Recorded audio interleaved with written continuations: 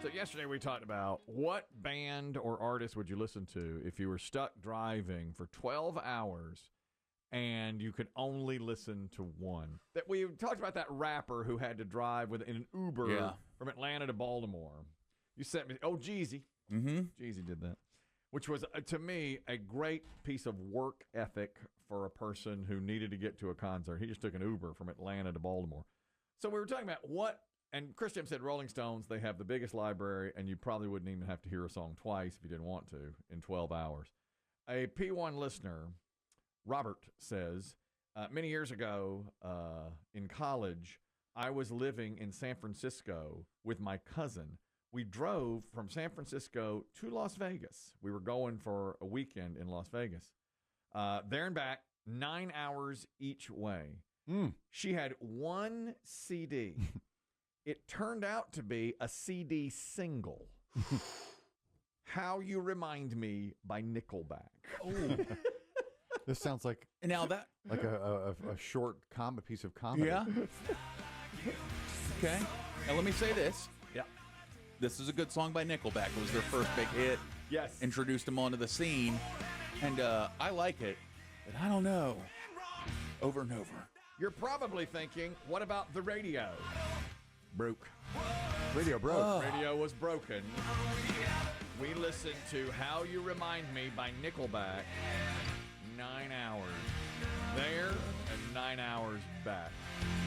We made it into a contest to see if we could stand it for 9 consecutive hours. I wonder if she could sing it word for word at this point with no music, no anything. Yeah, I would think. I wouldn't doubt it, yeah.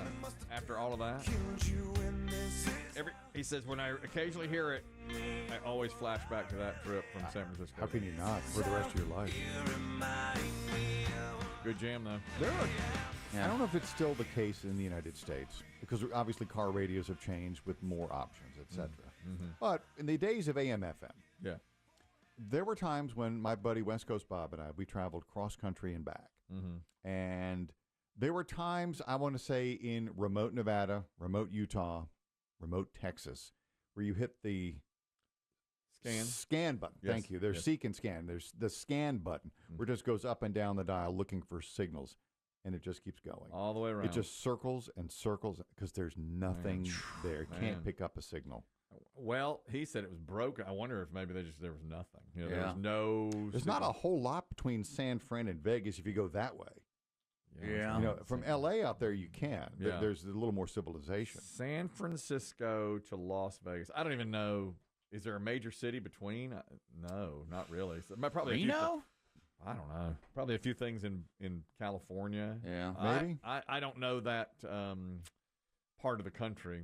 I mean, you might get to Reno and then take a right. Maybe. I don't even know how you drive it, but he said it was 9. It was surprising me that it was 9 hours. That's a long drive. Yeah. I mean, you can go from... I'm going to New York this weekend. You could drive that in 9 hours from here, So they had Nickelback the whole way. I can't wait for this weekend. Have you packed your walking around cash in case when the what do they call them? The street businessmen, the street vendors set up and... Oh, yeah, because last time they got you. My wife put it in a bag, a little saran wrap bag for me, and tuck it into your sock. Tuck it in my sock because she said... You don't think the street vendors of New York City know where you keep your money when the tourists... Boy. Yeah, hey, man, check out your sock. Do they know the sock trick? Was it last year that they got you with the... Man, you're one of the good ones. The white good ones. Please. Yeah, they played on your white guilt like a fiddle. It started... It's funny, we were talking about radio... And I was walking through Times Square, and 4 African-American gentlemen came up to me and said, "We got a CD and a DVD here from Hot 97 New York." And I said, "Oh, I know Hot 97. That's a radio station." Yeah. Oh, the big one. I said, "I'm on the radio." Oh, they're like, you know Hot 97. And they're like hugging me, and they're like, "Oh, here," and they put it in my hands. And I had CD and then DVD in my hands. And they said, "Oh, well, now you got to pay for that now." And I was like, I don't have any money. Pay for what now? I only have $13. I had $13, and I gave one of them. I gave him 10, and I said, "That's it. I have 3 $1 bills left." And another guy goes, "You gonna give me those 3 now?" And I said, I am." And he's like, "Oh yeah." He goes, that's when he said the famous line, "It's so nice to meet a white person that's not scared of black people." And little did he know, in that moment, you couldn't have found a more terrified white. Now, I'm not an idiot. I did not scan the QR code on the DVD.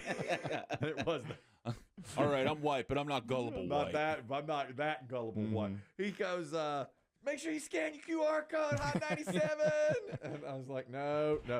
I threw it away before I could even turn the corner. That's right. So my wife said this year she's got a little pouch. You're walking around money because you might need cash. You never know. Yeah. So she said, put it in your sock and make sure you keep it and don't go back to that area. But that's fine. That's the whole area. You really don't leave that area too much. Spot where that was Broadway. That was down at Times Square and very busy. Subway? Will you ride the subway at all? If I decide to go to Ground Zero, I'm thinking about either I'm going to go. I have about 5 hours on my own, and I'm either going to go to Central Park and just walk it and enjoy what's supposed to be a nice weekend. The weather looks good, or I'm going to take the subway to Ground Zero and see the monument. Yeah, I'd love to do that. I'm leaning towards. So yes. But my wife said... You on the subway alone? Exactly. She goes, I'm not sure if we want you on the subway alone. She put a map in my breast pocket. She's going to put it. Oh, you're going to have to... You know what? I'm going to tell you something. You've said this to me many times. I want you to share your location with me this weekend. I feel as though more eyes than just your wife need to be on you. You're probably right. I mean, I'm alone in the big city. I'll be like... Oh, no, he's not moving. He's in Queens. I'll be like Home Alone 2. Yeah. Lost in the City. Macaulay Culkin. Or you'll end up like Liam Neeson's daughter in Taken. Oh, God, yeah. We can't... Russian oligarchs will kidnap you. We just can't.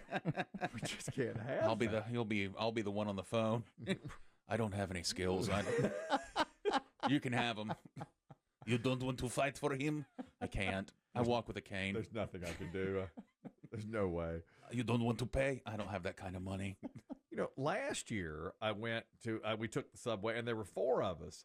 And the other 3 just went right through the gate. And I was like, how did y'all? The turnstile? You do something on your phone. You have to like download a thing on your phone and then scan it. But they knew what they were doing. And they would look at the map. The subway maps really confuse me. I don't know which side to be on. It's hot down there. The smells I don't like. Mm-hmm. So that's the only thing keeping me from going to Ground Zero where I would like to go. Could you... Maybe I should Google the exact route to take. Well, and I'll tell you... I could do that now, yes. This would be embracing the lifestyle. And I know you don't want to do that. Mm-mm. You could get an Uber. Oh, Lord. Oh, my God. I thought you were going to say town car. No. Oh, that's too embracing the lifestyle. No. That's way too embracing the lifestyle. Get you a driver. No. I did that. My sister, we went, probably 10, 12 years ago, just my sister and I, and we got a driver for the night, and it was one of the best investments. Oh, no. I only have 5 hours. He took us to all the great photo spots, said, this is the best view of the Empire State Building at night. And I mean, he was great. I might just sit in the hotel and read. I'll take my Stephen King book. I have a Stephen King book that I read one short story last year. I'll read a second short story this year on the plane. And that's it, because I can't be trusted with money or maps or anything like that. My wife's already told me, you need to stay in that certain area. I just read, this is Macaulay Culkin, speaking of Lost in New York. You want to guess what he made for Home Alone? He was asked on a podcast, which movie do you like better, Home Alone 1 or 2? Which movie he likes better? He likes better. And he jokingly said 2, I made more money. So how much do you think he made for part 1? How much do you think he made for part 2? Okay. Home Alone. I'm going 90s money here. Yeah.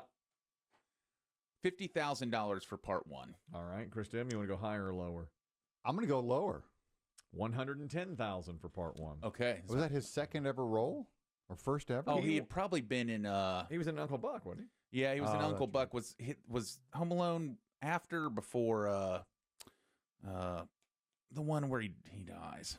He gets stung by My Girl? That was before. Yeah, My Girl. That was before, because everybody I think he might have made it already, but they promoted Macaulay Culkin in My Girl. I seem to remember that being released later. Because they capitalize on his name. Yeah, he's at the that star. point. Okay. So he makes $110,000 for part one of Home Alone. What do you think he made for part two?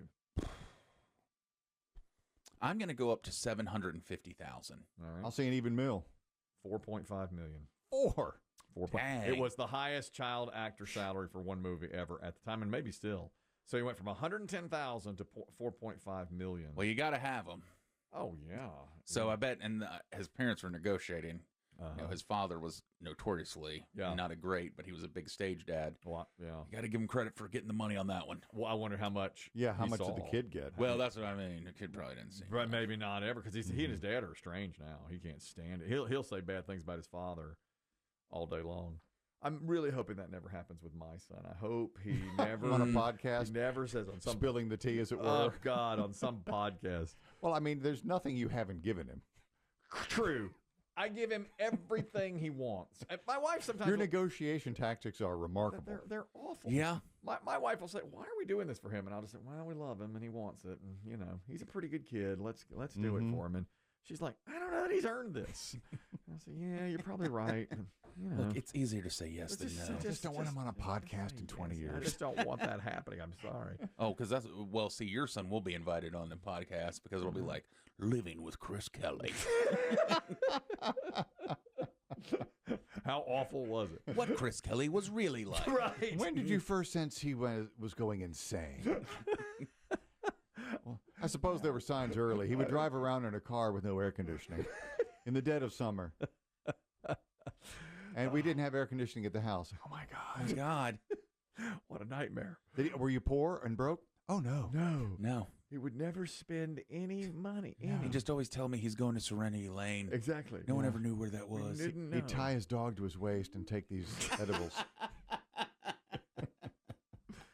They're going to call me crazy. Yeah, they They're going to will. call me cuckoo. Of all the nerve. It's ridiculous. Another piece of movie trivia. Matthew McConaughey could have been the Leo DiCaprio character, Jack Dawson, in Titanic, but refused to change his accent. He had the Southern accent, and Cameron said, "I like your look, but you have to speak with a Midwestern accent. You have to change up. We'll get you some dialectic coaching." And he said, "I won't do it. I'll be me, or I won't be in the movie." And so he passed on it, and they went with DiCaprio, which, of course, changed everything. But I don't think McConaughey has any regrets. You know, he's done very, very well. But that role, Yeah. you think he could have played it well? I think so. Yeah, I think I could have seen him in that role. Although, A little older than a little older and a little, I don't know, Leo's perfect for that role. I agree. You couldn't cast it better. And you Yeah. know it's on my Mount Rushmore. You know that Of movie's course. on my Mount Rushmore, and you could not cast it better. He was this young and you know, totally innocent looking kid. It was just a perfect casting in my mind. So McConaughey lost out on it only because of the accent. So he said, "My voice is my voice. I will not change it." And I don't think he ever has for any movie changed his accent. No. DiCaprio has. He's done like Boston accent. And, Yeah. You know, he's done a few of those.